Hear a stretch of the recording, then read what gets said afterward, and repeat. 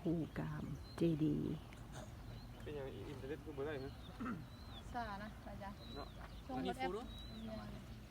ยูทูบก็เราไปถ่ายผมให้ โนวิดีโอ ซาไปเพราะกับเซฟซาไปมาเที่ยว ไล่ไว้อยู่อาจารย์ มาอันกราบนมัสการภูกามพระเจดีย์ลายมาพร้อมด้วยคณะพระอาจารย์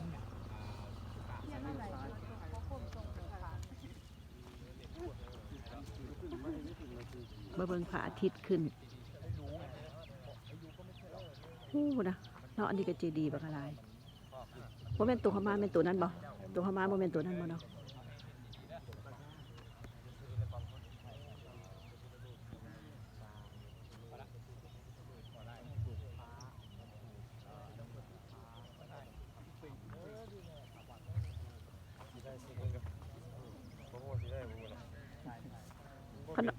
ขันน้อยไล่ก็บ่ได้ขันน้อยก็สิได้เมื่อกี้มันบ่ได้เน็ตมันมีแต่อีขึ้นแต่อีตัวเดียวตัวอี้มันโดยได้ตัวอีพออาจารย์มันขึ้นจี้เลย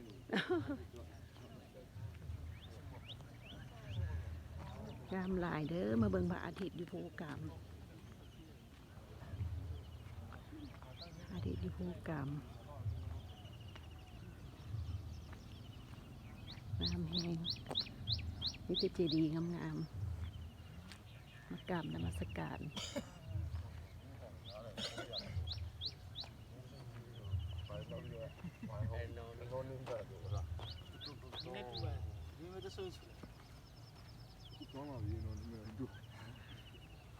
ช่างว่าเราเบียร์จีว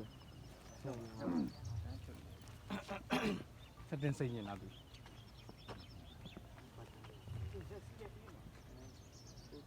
งามหลายเด้อพระเจดีย์ cái em tao ăn sẽ lấy vợ chị làm vợ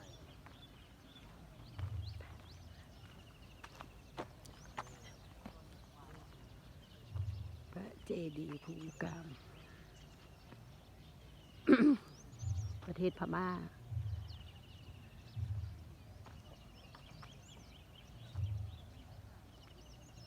เมื่อเบิ่งพระอาทิตย์ขึ้นยามเช้า